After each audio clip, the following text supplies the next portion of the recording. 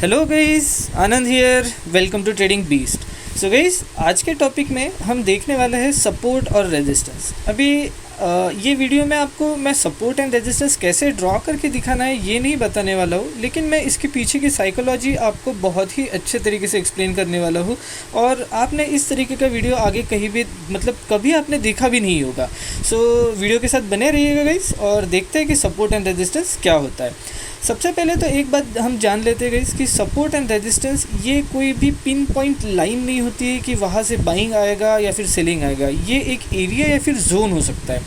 मतलब ही support area जो होता है गाइस, सपोर्ट एरिया ये एक डिमांड एरिया होता है। ये बात ध्यान में रखिएगा, सपोर्ट एरिया जो है ये एक डिमांड एरिया होता है। और वैसे ही जो रेजिस्टेंस एरिया होता है गाइस, ये एक सप्लाई एरिया होता है।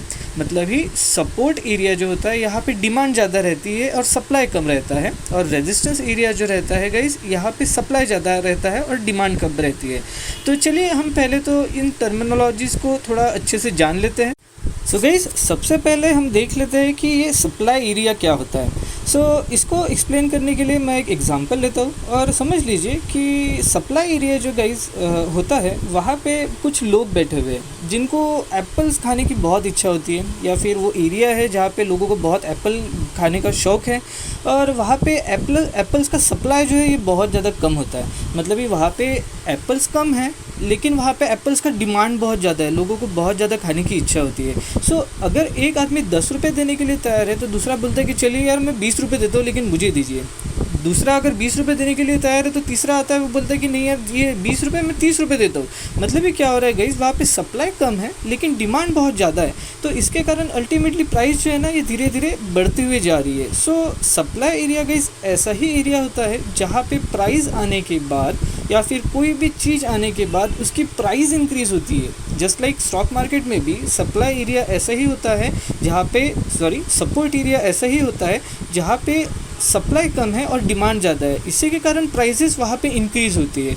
इसका ही अपोजिट जो रहता है गाइस, वो होता है रेजिस्टेंस एरिया। मतलब रेजिस्टेंस एरिया एक ऐसा एरिया है जहाँ पे एप्पल्स बहुत सारे हैं लेकिन लोगों को उतनी खाने की इच्छा नहीं है।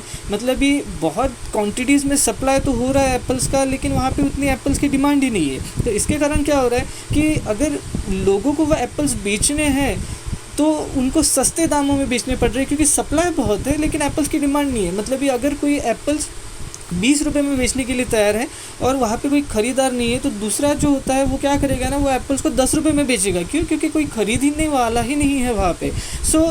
जो रेजिस्टेंस एरिया होता है जहाँ पे डिमांड कम है और सप्लाई ज़्यादा है, वहाँ पे अल्टीमेटली वो चीज़ की प्राइस जो है वो रिड्यूस होती जाती है। मतलब ये डिमांड एरिया या फिर रेजिस्टेंस एरिया वो एक ऐसा एरिया होता है गाइस जहाँ पे सप्लाई है और डिमांड कम है, और प्राइस जो होती है वो वहाँ से फॉल होती है। मतलब ये मार्केट में अगर कोई प्राइस रेजिस्टेंस एरिया में आए तो वो एरिया से प्राइस नीचे फॉल होती है। सो गाइस, यही दो कॉन्सेप्ट्स को मिला के सपोर्ट एंड रेजिस्टेंस फॉर्म होता है। सपोर्ट जो कि एक डिमांड एरिया और रेजिस्टेंस जो कि एक सप्लाई एरिया होता है। सो गाइस देखिएगा, एक टाइम कभी ना कभी तो ऐसा आएगा जब डिमांड जो है ये सप्लाई के ऊपर चले जाएगी, या फिर सप्लाई जो है ये डिमांड के ऊपर चले जाएगी। मतलब ये एक पॉइंट ऐसा भी आता है, उस वक्त वो जो सप्लाई एरिया है वो ब्रेक हो के रेजिस्टेंस बन सकता है, या फिर कोई रेजिस्टेंस एरिया है जो कि ब्रेक हो के सपोर्ट बन सकता है। अभी इस कॉन्सेप्ट को समझने के लिए गाइस हम क्या करते हैं ना, एक वॉल ड्रॉ कर लेते हैं। देखिएगा, ये वॉल को समझ लीजिए एक रेजिस्टेंस एरिया है। एक बार पुश होने की कोशिश हो रही है, लेकिन पहले पुश में वॉल ब्रेक नहीं हो रही है, वो नीचे आ जा रहा है। फिर दूसरे बार फिर से लोग पुश कर रहे हैं वो वॉल को ब्रेक करने के लिए, वो वॉल ब्रेक नहीं हो पा रही है। फिर से तीसरे बार पुश कर रहे हैं, फिर से वो वॉल ब्रेक नहीं हो रही है। लेकिन अल्टीमेटली जितने बार पुश हो रहा है उतने ही बार वो जो वॉल है वहाँ पे क्रैक्स गिरती जाएगी, और एक टाइम अल्टीमेटली ऐसा आएगा जिस वक्त वो जो वॉल है वो ब्रेक हो जाएगी। और वो जो वॉल ब्रेक हो जाती है, आगे जाके वही वॉल जो है वो रेजिस्टेंस से सपोर्ट का काम करती है। और इसी का वाइस वर्सा होता है कि सपोर्ट के लिए, सपोर्ट भी बहुत बार टेस्ट होने के बाद कभी ना कभी ब्रेक होके वही एक अच्छे खासे रेजिस्टेंस का काम करते हैं। सो गाइस देखिएगा, यही होता है एक सपोर्ट एंड रेजिस्टेंस का कॉन्सेप्ट। सपोर्ट यानी ही ऐसी एक जगह जहाँ पे डिमांड बहुत ज़्यादा रहती है और सप्लाई बहुत कम होती है, और वहाँ से प्राइजेस राइज होती है। रेजिस्टेंस एक ऐसा एरिया जहाँ पे सप्लाई बहुत ज़्यादा होता है और डिमांड बहुत कम होती है, जहाँ से प्राइजेस फॉल होने की कोशिश करती है। अल्टीमेटली ज़्यादा से ज़्यादा टाइम जब भी वो एरियाज़ रिटेस्ट हो जाते हैं, अगर वो सप्लाई होगा तो आगे जाके वो रेजिस्टेंस बन जाता है, और अगर कोई रेजिस्टेंस होगा तो वो आगे जाके सप्लाई बन जाता है। होप गाइस ये एनिमेटेड वीडियो से आपको सपोर्ट एंड रेजिस्टेंस का जो कॉन्सेप्ट है, जो उसका ओरिजिनल लॉजिक है, वो अच्छे से समझा होगा।